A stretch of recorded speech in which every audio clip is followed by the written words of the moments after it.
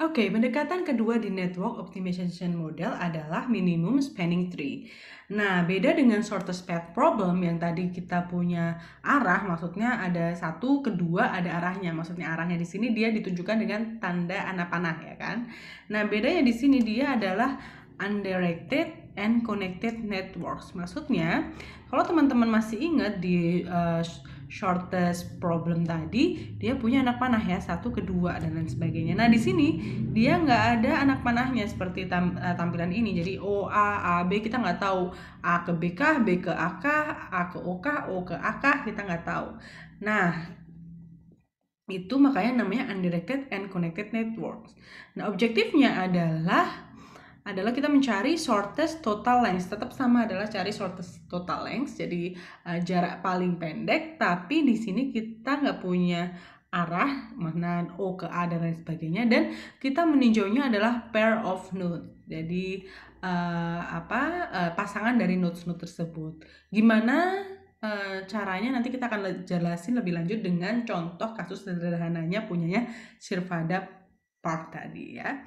Nah, ini caranya untuk menyelesaikan dengan minimum span tree, yaitu kalian bisa memilih apapun node-nya secara bebas sesuka kalian atau secara sembarang aja gitu ya, dan mengkonekkan antara nodes itu dengan nearest distinct node. Maksudnya adalah node yang kalian pilih itu kalian konekkan dengan nearest distinct node. Maksudnya adalah node yang paling dekat tuh yang mana gitu ya.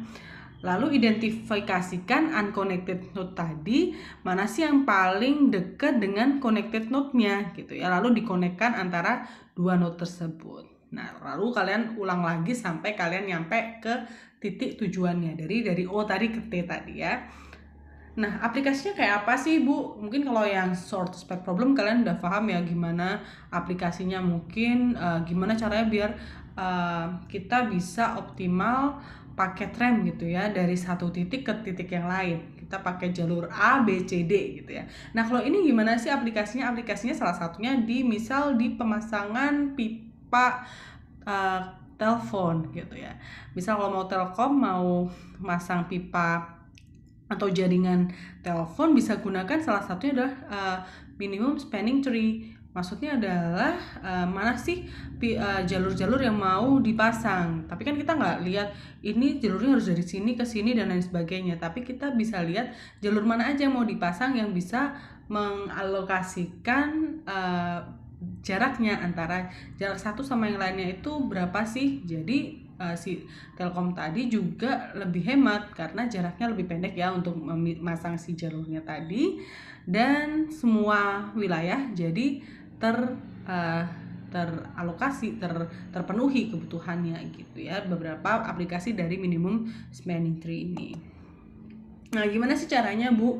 Bedanya gimana? Kalau tadi teman-teman udah paham ya tentang shortest path problem. Nah, gimana sih caranya kalau yang ini? Nah, sama, pertama kita punya titik awal dan titik akhir. Tapi kita bisa tentukan dari mana aja teman-teman mau jalan. Contohnya kita mau jalan dari O ya. Pertama, teman-teman misal cari titik sembarang. Di sini saya pakai titik O.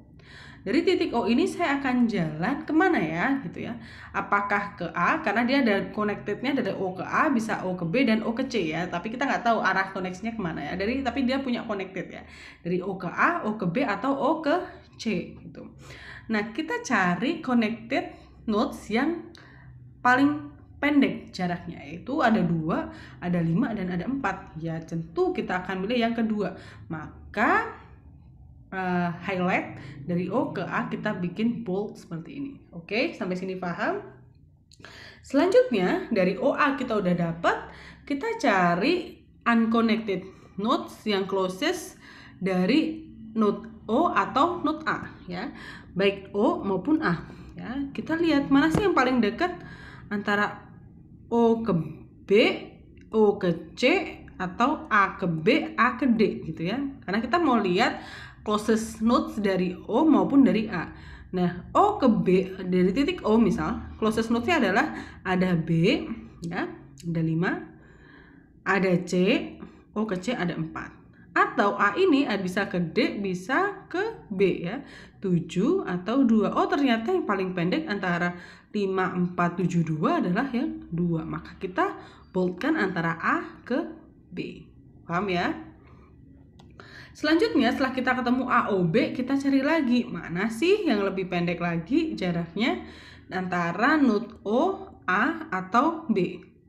Ya. O bisa ke B, tapi kan udah ya, O memang udah ke B ya. Dari sini udah selesai ya, bisa 5, bisa O ke C juga bisa 4 gitu ya. A bisa ke D sama A bisa ke B, tapi kan udah A bisa 7 gitu ya. B bisa ke D 4, oke. B bisa ke E 3, bisa. B bisa ke C juga 1. Dari sini yang paling kecil adalah yang 1. Maka kita highlight B ke C. Itu ya. Oke. Maka konekkan antara C ke B. Selanjutnya apa? Selanjutnya setelah kita dapetin B ke C, kita lihat lagi koneksi antara O, A, B, dan C ya. Jadi kita lihat 7, 4 ya. 3, B bisa ke E. Nah, C juga bisa, C bisa ke E4 ya. Nah, dari 4, 3 ya. 4 lagi. Ini ketemu 7 gitu. Mana yang paling dekat? Ini 4, ini 5. Mana yang paling dekat? 3. Maka konekkan antara B dan E ini ya. Oke. Nah, kita punya B ke E karena tadi yang paling dekat B ke E adalah 3. Selanjutnya, apa yang harus kita lakukan? Kita lihat lagi antara O, A, B, C, E, mana sih yang paling dekat? Kita lihat ternyata ada 7, 4 ya. Ada 4 lagi, ada 4 lagi, ada 5. Ada 1 di sini. Ya, maka yang paling dekat adalah E ke D. Selanjutnya kita koneksikan E ke D ya, seperti ini. Nah, apa yang kita lakukan selanjutnya? Kita nggak mungkin balik lagi dong, kan kita mau ke T ya sebenarnya. Nah, the only remaining unconnected node is node T ya. Kenapa? Karena dia antara D ini dia bisa ke T atau balik lagi ke A kan, tapi 5 sama 7 paling dekat adalah 5. Maka kita konektin lagi D ke T-nya karena kita memang mau sampai di tujuan akhirnya adalah T-nya.